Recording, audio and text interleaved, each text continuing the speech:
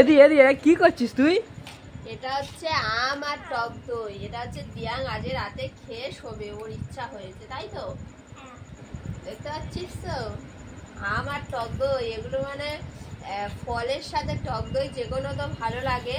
আর দিয়াং আজকের ইচ্ছা প্রকাশ করেছে যে আমের সাথে টক দই খাবে, সেই জন্য আজকের আমের সাথে টক দই দেখ কেমন সুন্দর মিক্স করেছি, কি সুন্দর লাগছে না আম আর টক দই মিক্সচারটা?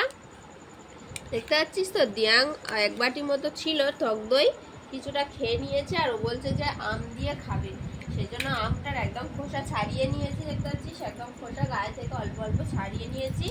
আর এখানে আটিটা পোড়া আছে, আটিটা তুই খাবি খোটে। আচ্ছা এই ব্যাপার, আটিটা এখানে পড়ে আছে, সমস্তটা ছাড়িয়ে নিয়েছি। আর ও আজকে রাতে এটা খেয়েই শোবে, ডিনার আর কি দিয়াঙ্কের। এটা আই দিয়াঙ্কের নাকে লেগে গেছে। দেখি দেখি নাকটা দেখি, যা নাক মুছে নিল।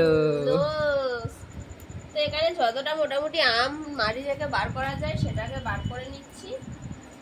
আর নেই ভাই, আর নেই। আবার খাবি? বল আমটা বল, মিষ্টি না টক?